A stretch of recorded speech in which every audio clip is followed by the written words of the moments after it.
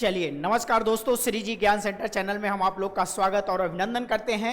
जैसा कि आप लोग को पता है कि सीटेट का एग्जाम जुलाई 2023 में होने वाला है और हमारे प्यारे विद्यार्थी सभी सीटेट के लिए बिल्कुल तैयार हो रहे हैं, बिल्कुल तैयारी में जूझ रहे हैं। तो उनकी तैयारी को सफल बनाने के लिए आज मैं सीटेट के जो भी पेडागॉजी पूछे जाते हैं, जैसे शिक्षण के जो भी प्रश्न पूछे जाते हैं 15-15 हर एक टॉपिक के हर एक सब्जेक्ट में, उनको सरल बनाने के लिए, सुगम बनाने के लिए आज मैं आप लोग के सामने टैग वर्ड लेके आया हूं, नेगेटिव और पॉजिटिव टैग वर्ड। अगर ये टैग वर्ड जैसे ही पेपर में दिखाई देंगे, आप उसको देखते ही मान प्लस या नेगेटिव यानी हाँ या ना, सही या गलत लगा सकते हैं। तो आज इन टैग वर्ड को बहुत ध्यान से आप लोग पढ़िए और अपने दिमाग में बैठा लीजिए। एक एक टैग वर्ड आपके लिए बहुत ही सुसाध्य होने वाले हैं और आप इस टैग वर्ड के जरिए आप अपने क्वेश्चन को बहुत आसानी से सॉल्व कर सकते हैं और आपको सॉल्व करने में बहुत ही बेहद मदद मिलने वाली है। तो आइए हम लोग शुरुआत करते हैं एक एक टैग वर्ड। तो चलिए पहला टैग वर्ड की शुरुआत करें हम लोग।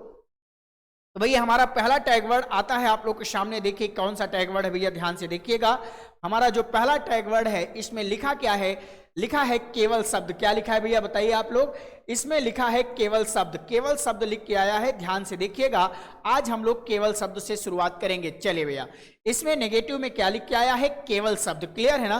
तो याद रखना कि जिस भी आंसर में केवल दिखेगा तुरंत गलत मार देना। केवल दिख जाए, सिर्फ दिख जाए, ये सब नेगेटिव वर्ड होते हैं। याद रखना एकमात्र दिख जाए, क्या क्या दिख जाए भैया, केवल दिख जाए। देखिए क्या क्या दिख जाए, केवल दिख जाए और या फिर एकमात्र दिख जाए। क्या दिख जाए बताइए, एकमात्र दिख जाए, या फिर क्या दिख जाए बताइए, या फिर आपके सामने सिर्फ दिख जाए। ये सब शब्द दिख जाए तो समझ जाना तुरंत आपका क्या हो जाएगा, नेगेटिव हो जाएगा। तो आइए एग्जाम्पल के साथ शुरुआत करते हैं। तो देखिए पहला एग्जाम्पल लिखा है, बच्चे किस प्रकार से सीखते हैं, नीचे दिए गए कथनों में कौन सा इस प्रश्न के विषय में सही नहीं है। याद रखना ये जो नहीं शब्द लिखा है ये बहुत ही घातक वर्ड होता है। याद रखना, नहीं पूछेगा तो आपको नेगेटिव वाला ही ढूंढना है। अगर प्रश्न में नहीं पूछ लिया तो आपको गलत वाला ही आंसर ढूंढना है, इस बात का ध्यान रहे। तो आप लोग देखिए इसमें लिखा है पहला ऑप्शन, बच्चे तब सीखते हैं जब वे संज्ञानात्मक रूप से तैयार हो। ये तो बिल्कुल पॉजिटिव है। लिखा है बच्चे अनेक प्रकार से सीखते हैं, ये भी क्या हो जाएगा, बिल्कुल राइट होगा। फिर लिखा है बच्चे सीखते हैं क्योंकि वे स्वाभाविक रूप से प्रेरित होते हैं, बिल्कुल राइट है। लेकिन लिखा है बच्चे केवल कक्षा में सीखते हैं, ये आपका नेगेटिव हो जाएगा। तो आप पता है कि नेगेटिव का भाई कौन सा होता है, नेगेटिव होता है। अगर यहां नेगेटिव है तो यहां भी नेगेटिव आपका आंसर राइट होगा। तो इसका आंसर हो जाएगा चौथा। और देखिए इसमें केवल शब्द आया है, केवल आपका नेगेटिव वर्ड है, तो आप देखते ही मान तुरंत आंसर टिक कर सकते हैं। क्या इतनी बात क्लियर हो गया? पहला क्वेश्चन क्लियर हो गया। आइए अगले क्वेश्चन की तरफ बढ़ें। Question number second. Question number second भी केवल का ही है। जैसे लिखा है समावेशी शिक्षा से अभिप्राय है। समावेशी शिक्षा से क्या अभिप्राय है, ये आपसे क्वेश्चन पूछा गया है। लिखा है आर्थिक रूप से कमजोर वर्ग का आरक्षण। केवल केवल लिखा है, केवल सरकारी, केवल सरकारी, देखते ही मान गलत। क्लियर है ना? आगे लिखा है दिव्यांग छात्रों को सिर्फ, सिर्फ लिखा है बिल्कुल गलत। सिर्फ शब्द देखते ही मान बिल्कुल गलत। लिखा है सरकारी विद्यालय में केवल अंग्रेजी पढ़ाई जाती है, एक सेकंड में, ये भी गलत हो जाएगा। फिर आगे लिखा है योग्यताओं से परे होकर सभी बच्चों को गुणवत्तीय शिक्षा उपलब्ध कराई जाए, बिल्कुल ये पॉजिटिव होगा, बिल्कुल राइट आंसर होगा भैया। आपका चौथा क्या हो जाएगा, बिल्कुल राइट आंसर हो जाएगा। समझ में आ रहा है ना? देख रहे हो टैग वर्ड से कितना मजा आ रहा है। टैग वर्ड आपको पढ़ लेने से, याद करने से आपके क्वेश्चन फटाफट सॉल्व होते हुए नजर आएंगे। चलिए अगले क्वेश्चन की तरफ बढ़ें। हमारा अगला क्वेश्चन आता है, इसमें देखिए दो टैग वर्ड आए हैं।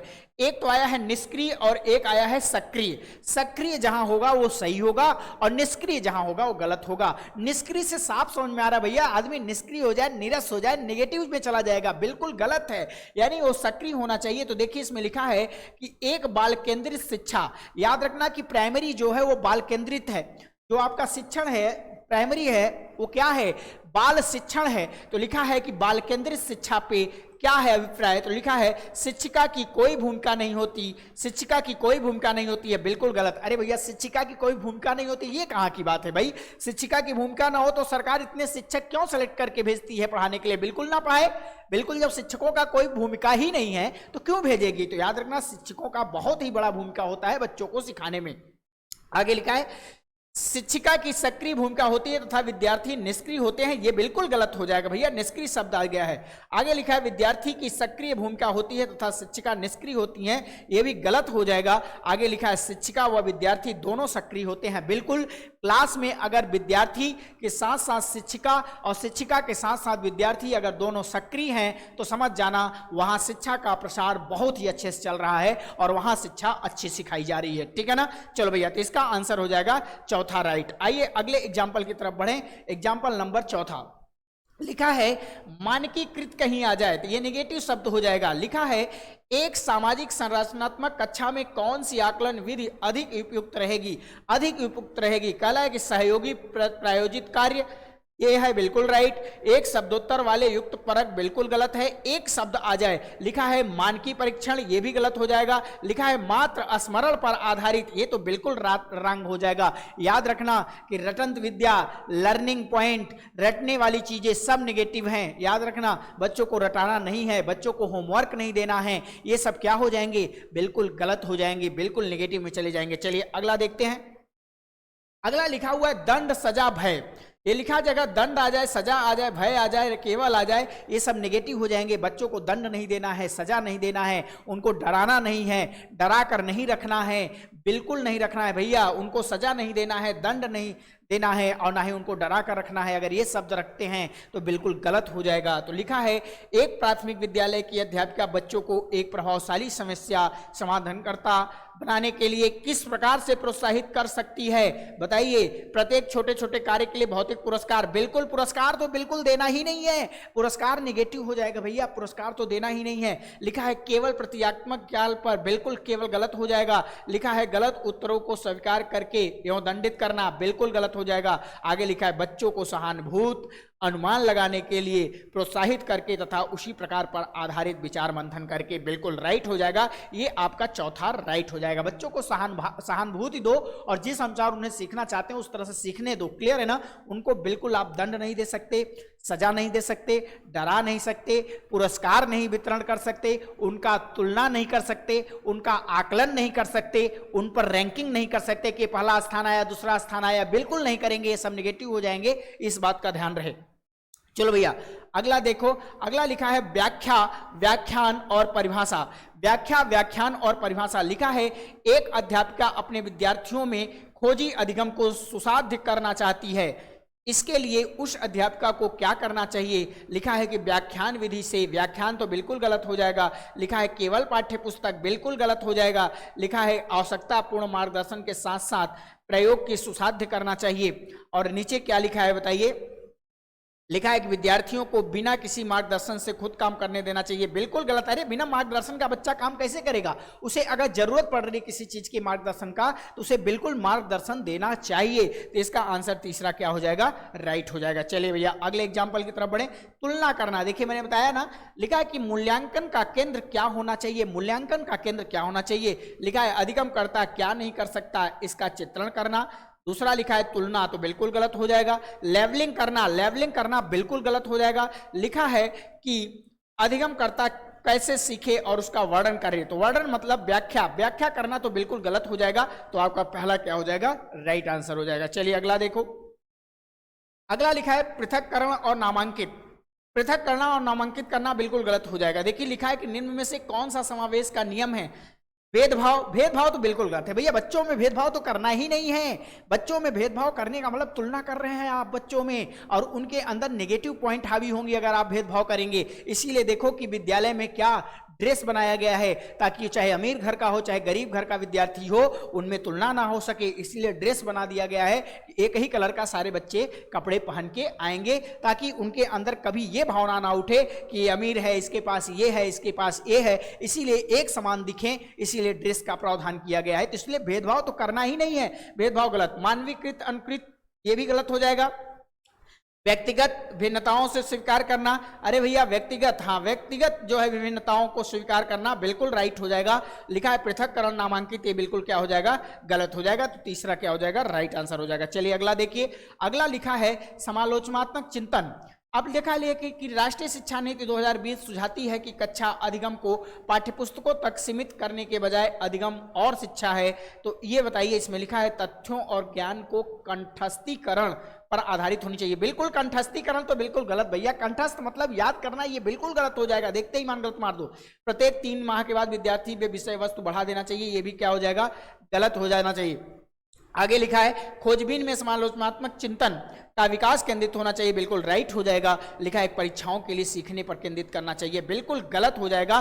परीक्षा और इच्छा से कोई लेना देना नहीं है, बच्चों को लगातार सीखते रहना चाहिए, बिल्कुल लगातार सीखने चाहिए। ये नहीं कि परीक्षा पर आधारित की परीक्षा ये हमारा होने वाला है, ये मेरा सिलेबस है, इतना ही सीखेंगे, ये बच्चों के लिए नेगेटिव हो जाएगा। तो जहां पे समालोचनात्मक चिंतन आ जाए ये बिल्कुल क्या हो जाएगा, राइट हो जाएगा, ये पॉजिटिव सेंस है। चलो भैया अगला देखो, 10वां नंबर लास्ट में लिखा है प्रोत्साहित और हतोत्साहित। हतोत्साहित बेटा नेगेटिव होगा, प्रोत्साहित क्या होगा, पॉजिटिव होगा, ये आप अच्छी तरह से जानते हैं। तो लिखा है, क्या लिखा है, एक शिक्षिका को बच्चों के अपने आप से बात करने को क्या प्रक्रिया देनी चाहिए, उसे हतोत्साहित करना चाहिए, बिल्कुल गलत है। उसे हतोत्साहित करना चाहिए, बिल्कुल गलत है। उसे हतोत्साहित करना चाहिए, बिल्कुल गलत है। आगे लिखा है उसे प्रोत्साहित करना चाहिए क्योंकि उसे शिक्षक की जिम्मेदारी खत्म हो जाती है, ये बिल्कुल राइट है। उसे प्रोत्साहित करना चाहिए, बिल्कुल उसे प्रोत्साहन देना चाहिए। तो याद रखना कि आपको मैंने नेगेटिव वर्ड और पॉजिटिव वर्ड चीजों को तैयार कराया। अगर ये वर्ड आते हैं तो आप एक एक सेकंड में आंसर उड़ा देंगे। देखिए कैसे, नेगेटिव में है कि आपको निष्क्रिय शब्द आ जाए तो गलत मारना है, केवल शब्द आ जाए तो गलत मारना है, सिर्फ शब्द आ जाए, एकमात्र आ जाए, ही शब्द आ जाए, ये सब नेगेटिव है। क्लियर है ना? तो याद रखना। उसके बाद दंड आ जाए, सजा आ जाए, पुरस्कार आ जाए, भेदभाव आ जाए, ये सब नेगेटिव हो जाएंगे, इस बात का ध्यान रहे। अगर ये सारे वर्ड आपको याद हो गए हों तो आपका बिल्कुल राइट आंसर हो जाएगा, आप बिल्कुल कर सकते हैं। तो आइए हम लोग एक बार थोड़ा सा वहां चलते हैं कि आप लोग को कुछ चीजें मैं लिख के बता देता हूं। जैसे देखिए यहाँ पे क्या लिख के बताना है, अब आप इस पे आ जाइए, इस पर थोड़ा सा चर्चा करेंगे। देखिए क्या लिखना है, जैसे आप लोग के सामने आ गया दंड देना, क्या आ जाए भैया, दंड देना। आ जाए कि भय, भय, या आ जाए सजा देना, क्या आ जाए, सजा देना। ध्यान रखना जो वर्ड मैं लिख रहा हूं याद कर लो, सजा देना। या फिर आ जाए निष्क्रिय शब्द, क्या आ जाए, निष्क्रिय शब्द। या आ जाए क्या बताइए, पुरस्कार आ जाए, क्या आ जाए, पुरस्कार आ जाए। या फिर आ जाए क्या बताइए, केवल शब्द आ जाए। या फिर आ जाए सिर्फ शब्द आ जाए, क्या आ जाए भैया बताइए। या फिर आपके सामने सिर्फ शब्द आ जाए, या आपके सामने क्या आ जाए, सिर्फ शब्द आ जाए। या फिर आपके पास ही शब्द आ जाए। या फिर आ जाए एकमात्र आ जाए, क्या आ जाए, एकमात्र आ जाए। क्लियर है ना? उसके बाद याद आ जाए, याद करना आ जाए, याद करना, याद करना शब्द आ जाए, कंठस्थ जिसको कहा जाता है। या फिर पुरस्कार शब्द, पुरस्कार तो लिख दीजिए, पुरस्कार तो मैंने लिख दिया है। या फिर आपके सामने हतोत्साहित आ जाए, हतोत्साहित आ जाए, हतोत्साहित आ जाए, ये शब्द आ जाए। यानी कहने का मतलब दंड आ जाए, भय आ जाए, सजा आ जाए, निष्क्रिय आ जाए, पुरस्कार आ जाए, केवल आ जाए, सिर्फ आ जाए, ही आ जाए, एकमात्र आ जाए, याद करना आ जाए, उसके बाद हतोत्साहित आ जाए, या फिर भेदभाव आ जाए, क्या आ जाए, भेदभाव आ जाए। ये शब्द अगर आ जाते हैं, और या फिर तुलना करना आ जाए, क्या आ जाए, तुलना करना आ जाए। अगर ये सब शब्द आ जाते हैं तो आपका आंसर तुरंत गलत हो जाएगा, इस बात को ध्यान रखना है। क्लियर है ना? इतने सारे शब्द अगर आप तैयार कर लेते हैं तो आपका लगभग 70% क्वेश्चंस आसानी से सॉल्व हो जाएंगे। तो आज मैंने आप लोग को टैग वर्ड बताया है, टैग वर्ड आप लोग बिल्कुल तैयार कर लीजिए, फिर आपको मैं प्रीवियस ईयर क्वेश्चन लेके आएंगे और उसको सॉल्व कराएंगे। इसी के साथ मैं अगली क्लास में फिर मिलूंगा। तो श्री जी ज्ञान सेंटर चैनल पर बने रहने के लिए धन्यवाद। Thank you so much.